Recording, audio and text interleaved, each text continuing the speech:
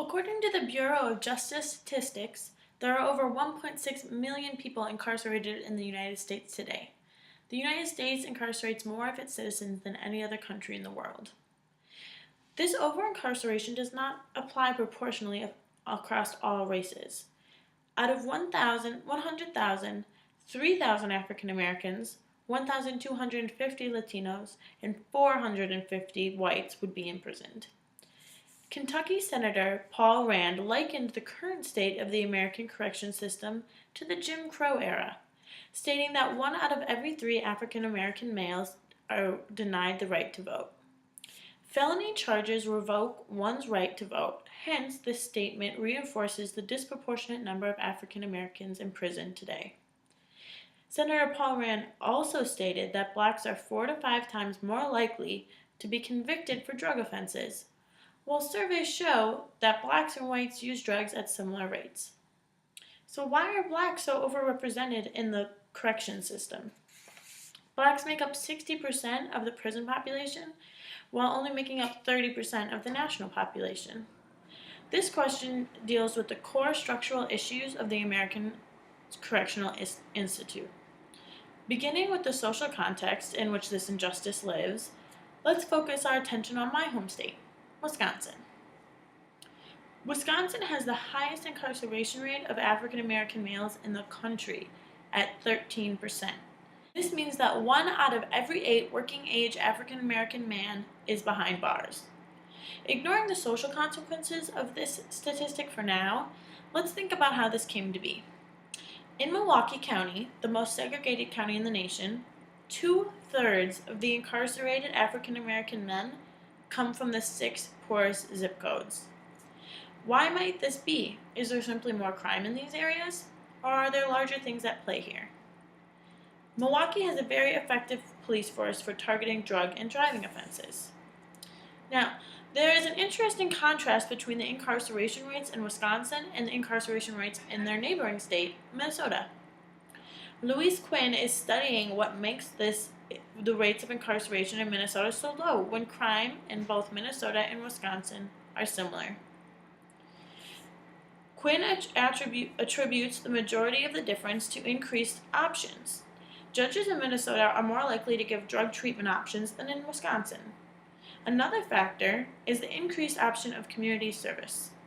Wisconsin does not use this method nearly as much as Minnesota, and thus minor offenses still result in jail time. Another thing Quinn points out is the severity with which Wisconsin revokes driver's license.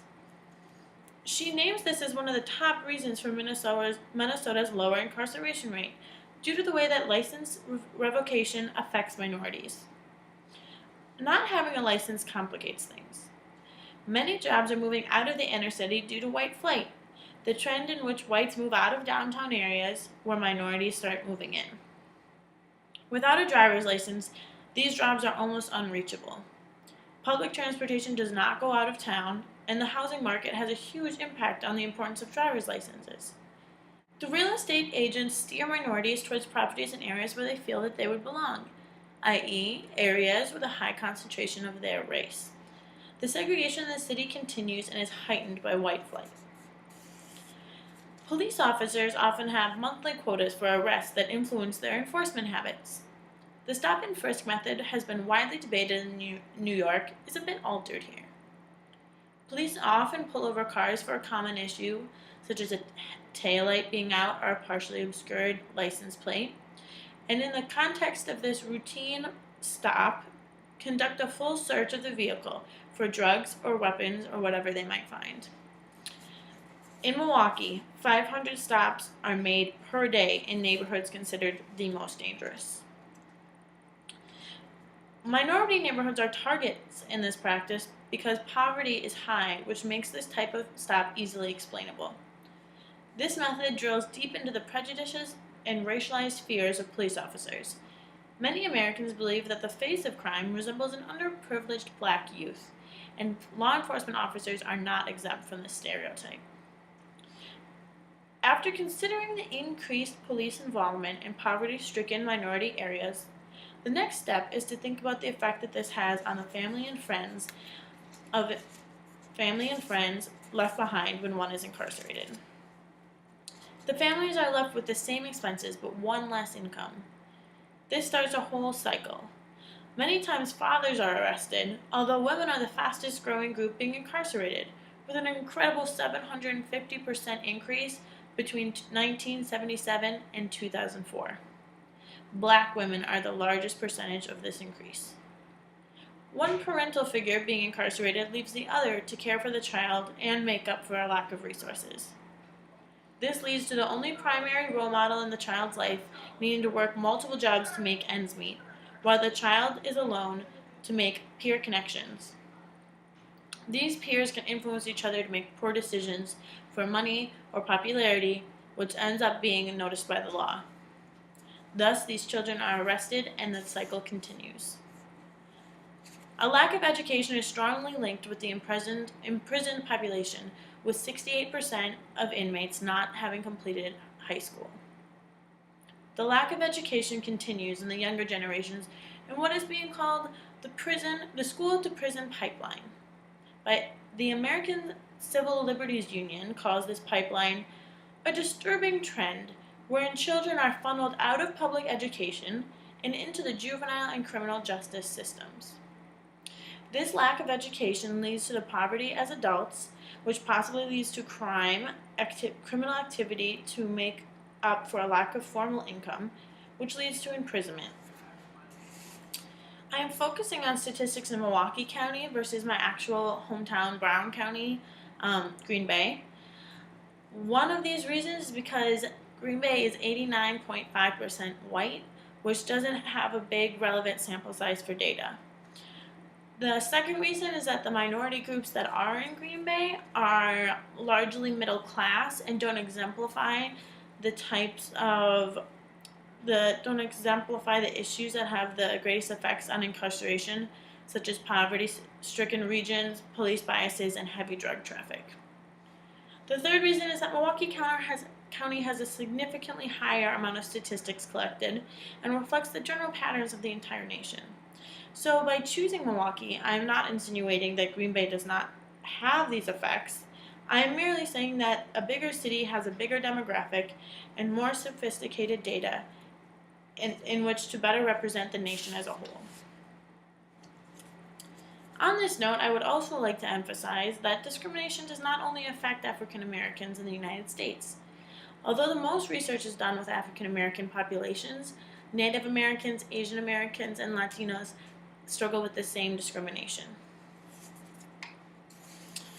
Moving from the social effects that mass incarceration of minorities has, let's take a look at the overarching context of the correctional system. The United States correctional institution was created during a time of colonialism and slavery. The flaws in this era are still deeply rooted in the system today. The idea of prison labor was created with the start of the institution and continues to have a place in its modern-day counterpart.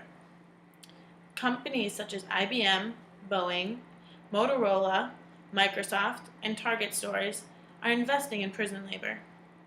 The Center for Research on Globalization states, thanks to prison labor, the United States is once again an attractive location for investment in work that was designed for third world labor markets.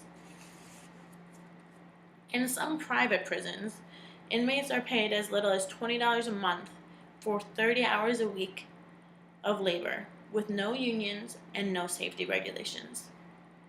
This type of labor is a modern-day slavery that exploits the inmates. Prisons have become a revenue source for many states, providing resources and jobs. Politicians have taken a tough-on-crime mentality to keep prisons and the pockets of their private investors full. Politicians are keeping criminals off the street while forgetting that those criminals are citizens of the United States. The government is losing sight of its original mission to rehabilitate offenders in a safe, humane way. In order to fix the issues deeply rooted in our prison system, we must focus our energy on preparing inmates for life outside of the correctional system. 67.5% of prisoners released in 1994 were rearrested within 3 years. Does this seem like our correction system is actually correcting anything successfully? Wisconsin was allotted $2.25 billion for the Department of Corrections budget from 2011 to 2013. These resources needed to be used for improving addiction recovery programs, providing psychiatric care, and creating education programs. Inmates with addictions are often put on wait lists for recovery programs and get released before their completion. They should be allowed counseling throughout their entire time in the facility. In addition to counseling for addictions, psychiatric counseling should be provided. 16% of prisoners suffer from mental illness. Part of their rehabilitation needs to be mental. The most important aspect of preventing reentry is education.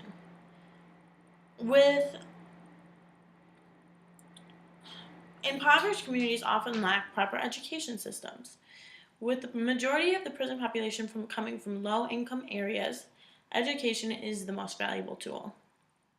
Trades with hands-on applications should be encouraged as they are more directly applicable to jobs in society.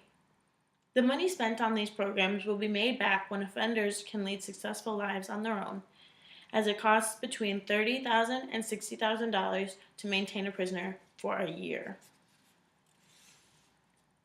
The Wisconsin State Journal estimates that by funding treatment, there would be 3,100 fewer prisoners admitted every year, 1,000 fewer crimes per 5 years, and 1,600 parents staying in their communities. The radiating effects of these changes would be immense. Maintaining a two-parent social system would cause great changes in the trends of African Americans in the United States. Being better educated will increase the offender's chances for getting a job once he or she is released, which will ease financial strain on themselves and their family and hopefully lift the temptation to participate in illegal activities. The cycle of incarceration in a minority population can be broken. It needs to start by going back to the original purpose of the Corrections Department and focusing on the rehabilitation of an inmate and releasing them back into society as a functional member. As generations become more and more successful, segregation within a city may dissipate as income levels become more evenly dispersed across races. By preparing offenders for a successful life outside, stereotypes can be broken, leading to a less biased society as a whole.